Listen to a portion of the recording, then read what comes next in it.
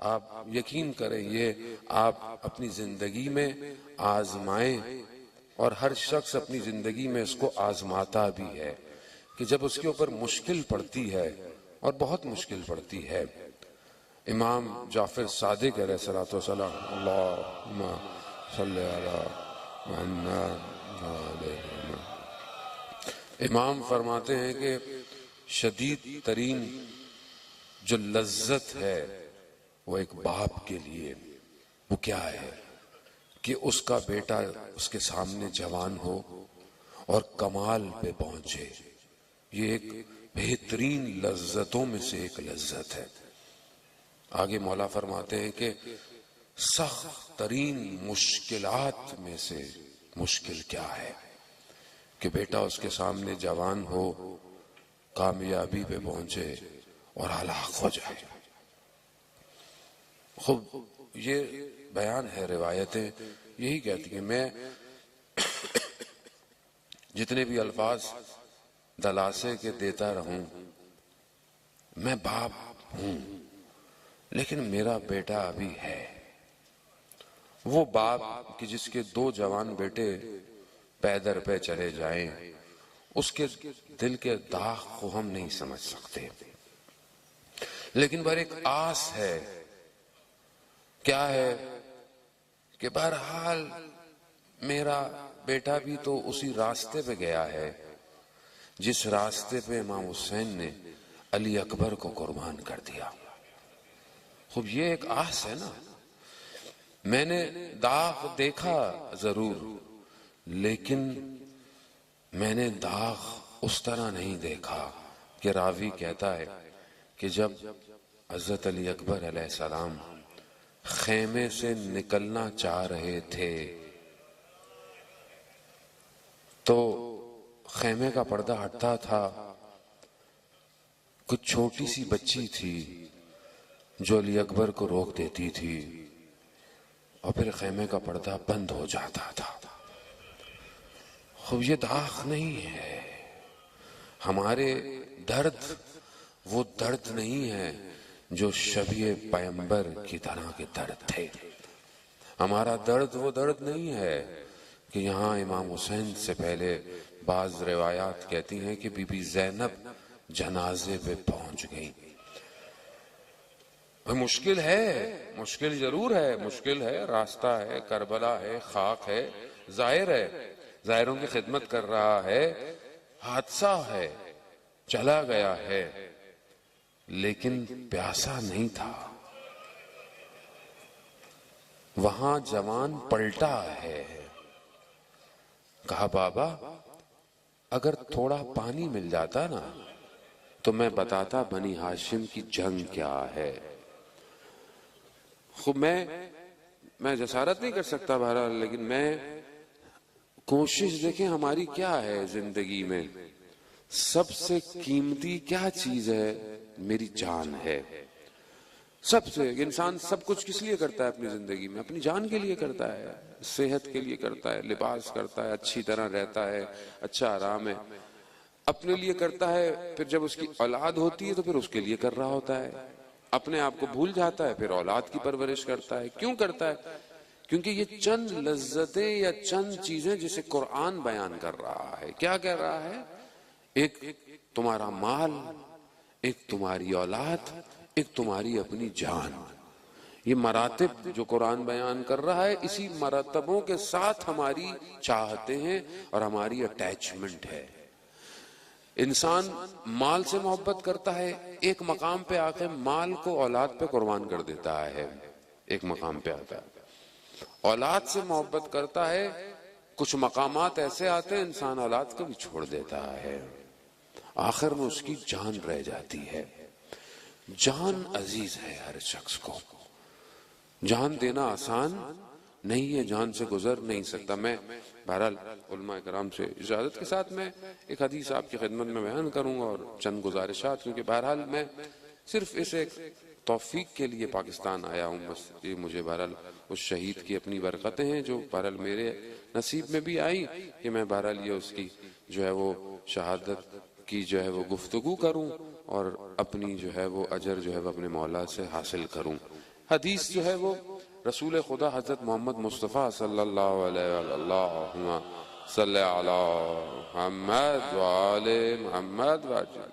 تھوڑی سی تکلیف ہوگی، تھوڑا سا تعمل ہوگا، لیکن بہرحال جب تک ہم بہت سی چیزوں کو خود درک نہیں کریں گے ہم مقامات کو حاصل نہیں کر سکتے. مقام حاصل کرنا رہتی دنیا میں بہت زیادہ مشکل ہے. رسول خدا کے پاس شخص آیا، کہتا یا رسول اللہ میں اجازت دے مجھے کہ میں موت کی تمنا کروں، مجھے اجازت دے. وہ سب کچھ کر لیا ہے زندگی میں، سارے کام کر لیے، بس موت آ جائے. رسول خدا فرماتے ہیں کہ ہاں اچھی بات ہے، موت کا تقاضا بری بات نہیں ہے، ٹھیک ہے، تم اگر مرنا چاہتے ہو، ہر شخص نے مرنا ہے. رسول خدا فرماتے ہیں کہ موت قطعی ہے، برحق ہے، چاہے کوئی چاہے یا نہ چاہے، موت نے آنا ہے.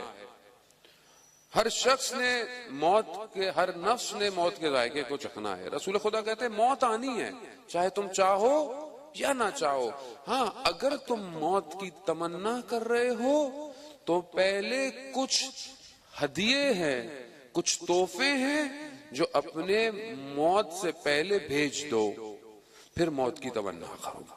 رسول خدا نے 10 تحفوں کا ذکر کیا کہ موت سے پہلے یہ 10 چیزیں پہلے تم تحفہ دو 10 لوگوں کو، 10 مقامات، پھر اس کے بعد تم موت کی تمنا کرو. کیوں؟ کیونکہ تم جہاں جانے کی تمنا کر رہے ہو وہ جگہ آسان نہیں ہے، وہ جگہ آسان نہیں ہے. اگر تم نے جانے سے پہلے وہاں کا انتظام نہیں کیا تو رسوا ہو جاؤ گے. کیوں؟ کیونکہ 4 عالم ہے انسان کے وجود کے اندر. انسان جو زندگی ہے، اس کی جو حیات ہے، یہ 4 عالم ہے. پہلا عالم کہاں ہے؟ ماں کے رحم میں. یہ ایک عالم ہے جہاں وہ رشد کرتا ہے نطفے سے، اور پھر ایک جو ہے وہ انسان کی صورت میں روح کو حاصل کر کے اور اپنے سفر کو پورا کرتا ہے. دوسرا عالم اس کا یہ دنیا ہے جہاں ہم لوگ زندہ ہیں.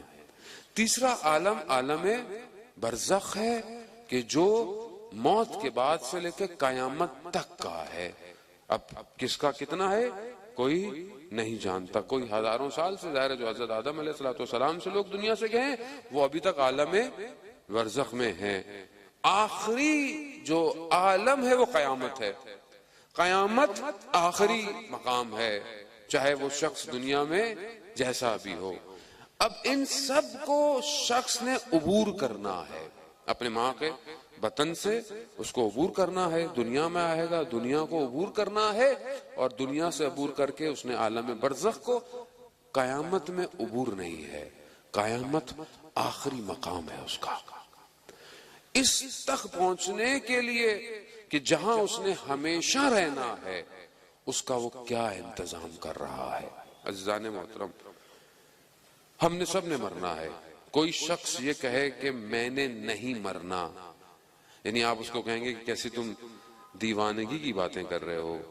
ہاں مرنے کا دل نہیں کرتا، یہ الگ بات ہے. کیوں نہیں کرتا؟ کیونکہ اس عالم سے تعلق جڑا ہوا ہے، چھوڑ نہیں رہا، چھوڑ نہیں سکتا، چھوڑنا نہیں چاہتا. کیوں؟ کیونکہ مادے ہی میں زندہ ہے. خوب یہ مادہ کیا ہے؟ یہ خواہشات ہیں، یہی نفسانی، یہی انسان کی طلب ہے. انسان اسی مادے کے اندر. جبکہ دنیا کیوں ہے؟ انسان کو کیوں دی گئی دنیا؟ کہ تم اس دنیا میں آؤ. قرآن کیا کہتا ہے سورہ ملک کے اندر کہ ہم نے موت اور حیات کو کیوں خلق کیا؟ ہم نے اسی لیے خلق کیا تاکہ ہم تمہیں آزمائیں کہ تم میں اچھا عمل کس کا تھا. قرآن کہہ رہا ہے. خوب انسان، مگر مسئلہ یہ ہے کہ قرآن ہے کیا؟ قرآن کیا ہے؟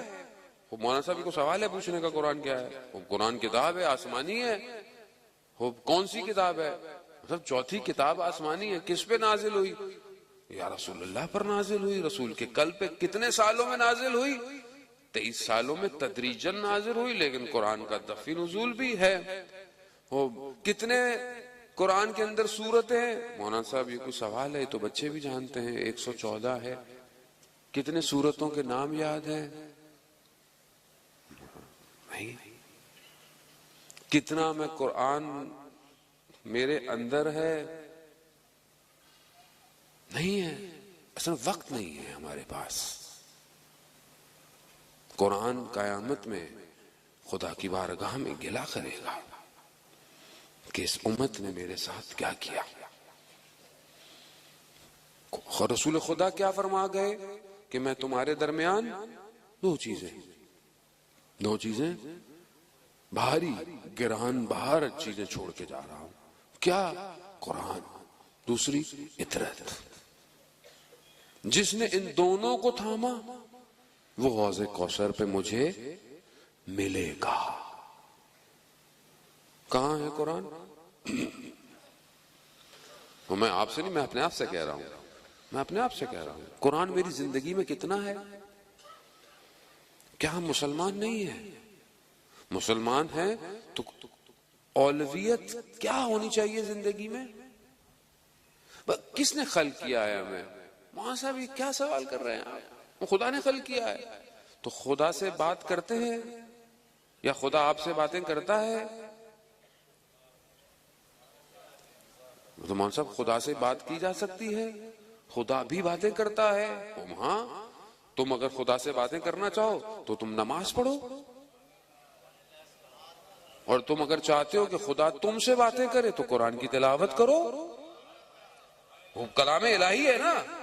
مسئلہ یہ کہ ہم نے صرف مفہوم سنے ہوئے ہیں کہ یہ کلام الہی ہے۔ خوب کلام الہی ہے تو اپنے وجود میں کیوں نہیں اتار رہا اس کلام کو؟ بھائی دنیا میں کوئی شخص اچھا لگے، کوئی شاعر اچھا لگے، کوئی نواخوان اچھا لگے، کوئی منقبت خواں اچھا لگے، کوئی عالم دین اچھا لگے، کوئی ٹیچر اچھا لگے، کوئی خاندان میں شخصیت اچھی لگے، تو کیا کرتے ہیں؟ کہتے ہیں ان کی باتیں بڑی اچھی ہیں، ان کا کلام بڑا اچھا ہے، دل چاہتا ہے اس نوحے کو میں سنتا رہوں۔ کیوں؟ کیونکہ اچھا لگ رہا ہے۔ کون ہے وہ شخص؟ ایک شخص ہے، اس کو فنا ہے۔ آج یہ اچھا لگتا ہے، 10 سال بعد کوئی اور اچھا لگے گا، دوسرے سال کوئی اور اچھا لگے گا۔ مگر وہ کون سا کلام ہے کہ جو قیامت تک کا معجزہ ہے؟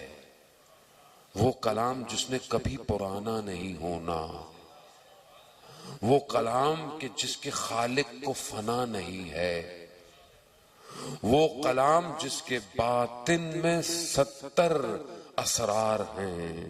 وہ کس کا کلام ہے؟ میں تو پہلی لیئر پہ نہیں پہنچ پا رہا، مجھے تو آیت سمجھ میں نہیں آتی مولانا۔ پھر میں کیسے قرآن کی آیتوں پہ یقین کروں؟ کیسے؟ میں آپ کو ساری صورتیں سناتا بھی رہا ہوں، آپ ہاں کریں گے، چلے یقین کیسے ہوگا؟ دیکھیں یقین کے مراتب ہیں۔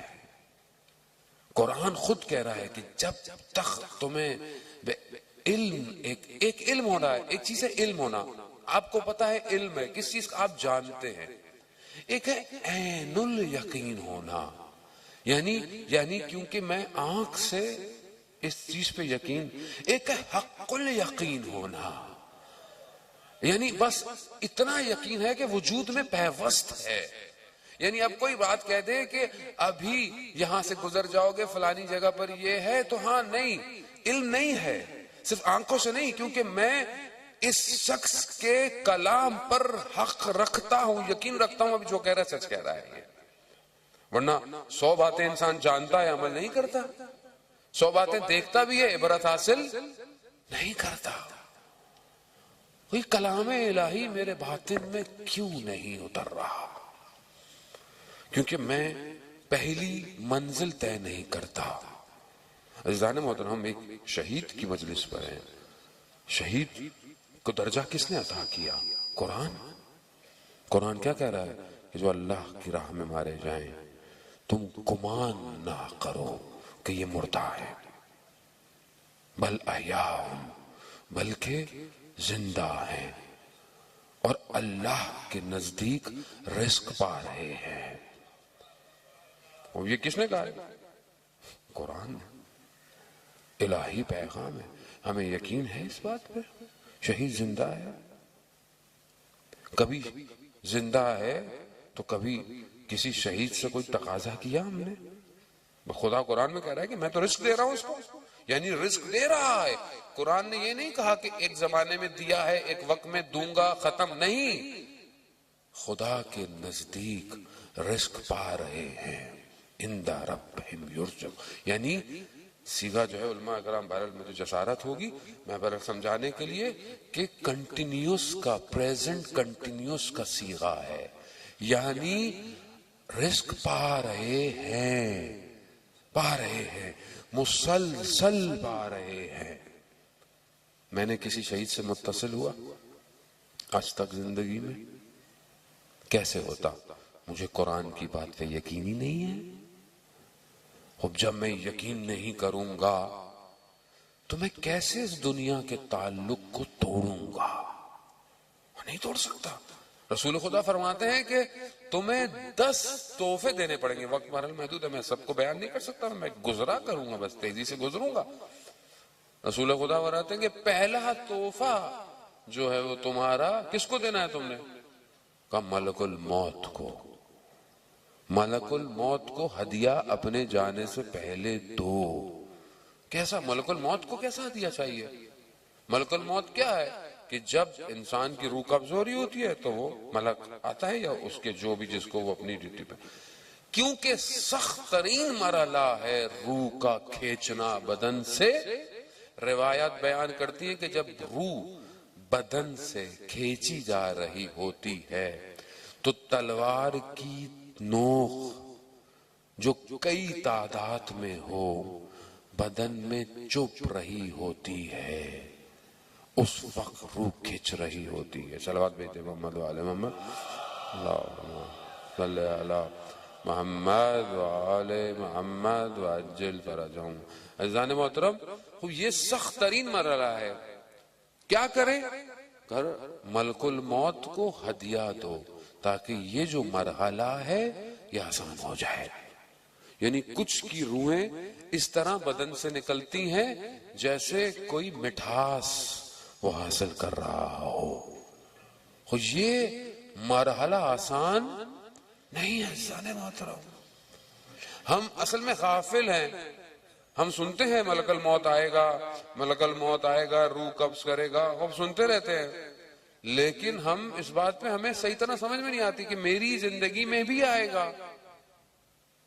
سب مرنا ہے. قرآن جب رسول خدا کو فرمایا کہ رسول خدا کو کہ آپ نے بھی دنیا سے جانا ہے، سب نے دنیا سے جانا ہے، تو ملک الموت آئے گا. لیکن کتنی خوبصورت دنیا سے جانا ہوتا ہے. وہ شہید ہے، یعنی جس طرح وہ جاتا ہے کوئی نہیں دنیا سے جاتا، اور وہ بھی راہ کربلا کا ہو. یعنی کہ وہ تو ویسے ہی ہر ایک قدم پر انسان کے کتنے حسنات لکھے جا رہے ہیں. حتی زائر کربلا کی جو خاک ہے وہ جس پر آ جائے وہ جہنم سے بچ جاتا ہے. وہ جو خود زائر ہو اور خود اسی خاک میں چلا جائے.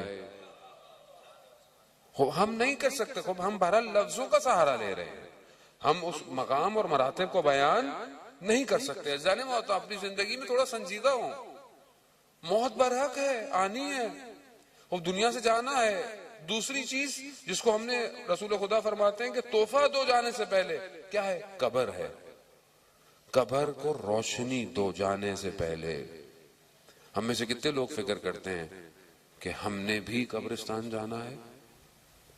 کیوں روایات میں آیا کہ قبرستان جایا کرو تاکہ متوجہ رہو کہ تم نے بھی ایک دن جانا ہے. جانا ہے. اگر آج میں اپنے مرومین پہ یا کسی بھی جان قبر فاتحہ پڑھنے نہیں جا رہا تو میں یہ امید رکھوں گا کل کوئی میری قبر پہ فاتحہ پڑھنے آئے گا. ہم تو دنیا کا رواج ہے کہ دوست سب سے پہلے، بہرحال یہ تو بہرحال شہید کا درجہ اتنا بلند ہے کہ واقعا یعنی دوستی، اور وہ تو شہید سے نہیں، میں عام موت کی طرف متوجہ ہوں. سب سے پہلے دوست یہ کہتے ہیں کہ جنازہ کب ہے. دوست کہتے ہیں جنازہ کب ہے، دفنانا کہاں ہے، پھر سوئم کب ہے، دسواں کب ہے. بس مولا متقیان حضرت علی ابن ابی طالب علیہ السلام، اللہم صلی علی محمد وآل محمد.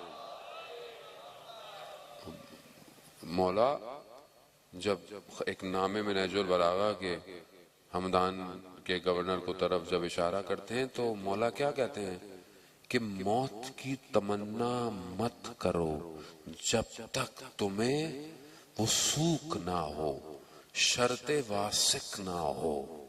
یعنی کیا؟ آیت اللہ مغارم شرازی فرماتے ہیں یعنی شرط واسق یعنی تمہیں اطمینان نہ ہو کہ تم اب صحیح جا رہے ہو. نہ کرو تمنا. وہ عالم بہت اندھیرا ہے، وہ عالم جو قبر کا عالم ہے ہمیں نہیں پتا. ہم باہر وہ آج کل وہ سولر لگا دیتے ہیں، اچھی بات ہے، قبر ہم روشن کرتے ہیں اپنے مرحومین کی، لیکن اندر کتنی روشنی ہے؟ اس اندر کی روشنی کے لیے میں کیا کر رہا ہوں اپنے مرحومین کے لیے؟ کیا چیز ہے اندر؟ کیا جائے گا اندر؟ آپ کا سولر تھوڑی جائے گی روشنی، یا آپ اندر کوئی اور جو ہے وہ لگا دیں گے. نہ، اندر کون سی چیز ہے جو اس کی قبر کو روشن کرے گی؟ میں کتنی فکر میں ہوں اپنے ماں باپ کی قبر کی، اپنے بہن بھائی رشتہ دار جو بھی ہے اس کی قبر کی کتنی فکر میں ہوں کہ میں اس کی قبر کو روشن کروں اندر سے. عزیزان محترم، مرحلہ بہت سخت ہے، آسان نہیں ہے.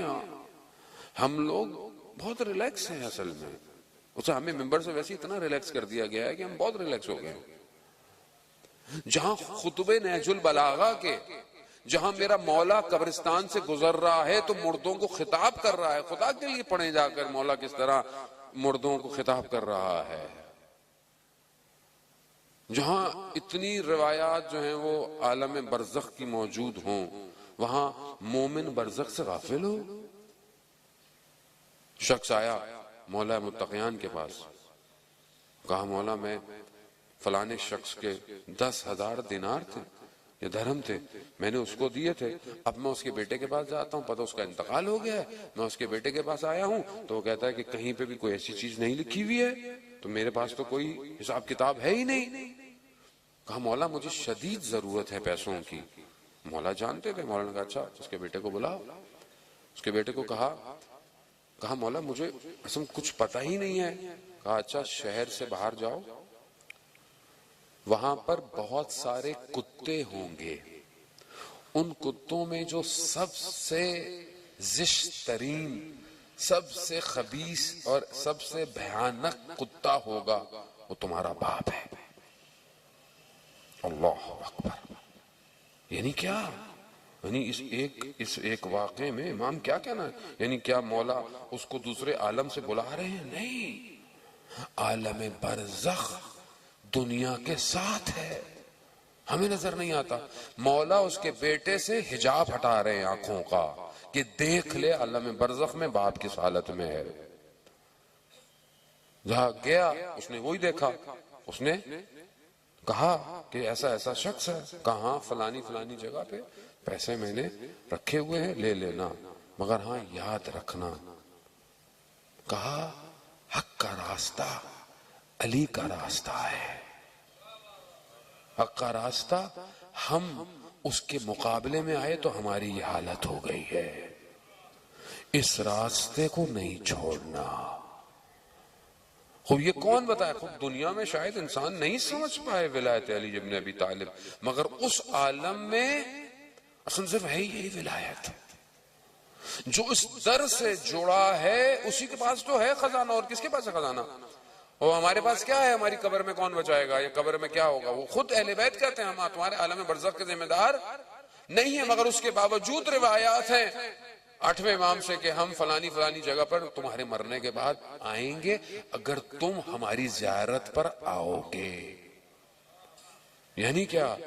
یعنی خود بہت مشہور واقعہ ہے آیت اللہ حائری جزی جنہوں نے حوزہ علمیہ قم کی تاسیس کی، ان کا جب انتقال ہوا دوسرے عالم دین کے خواب میں آئے، وہ بیان کیا ہوا، کہا جب میں دنیا سے گیا تو مجھے دفنایا، میں نے دیکھا لوگ چلے گئے، میں اپنے آپ کو دیکھ رہا ہوں، ایسے میں نے دیکھا کہ 2 آگ کے گولے آ رہے ہیں، آگ میرے قریب آ رہی ہے، خوف ہے کہ میں ہلاک نہ ہو جاؤں، میں نے دیکھا نور آ رہا ہے، نور جیسے ہی میرے قریب آتا گیا آگ مجھ سے دور ہو گئی، میں نے اس نور کا شکریہ ادا کیا، میں نے کہا آپ کون ہیں، اگر آپ نہ آتے تو میں ہلاک ہو جاتا، کہا ہم امام رضا ہیں، تم 70 دفعہ اللہم صلی علی محمد وآل محمد تم 70 دفعہ ہماری زیارت پہ آئے تھے، ہم 70 دفعہ تمہاری زیارت پہ آئیں گے۔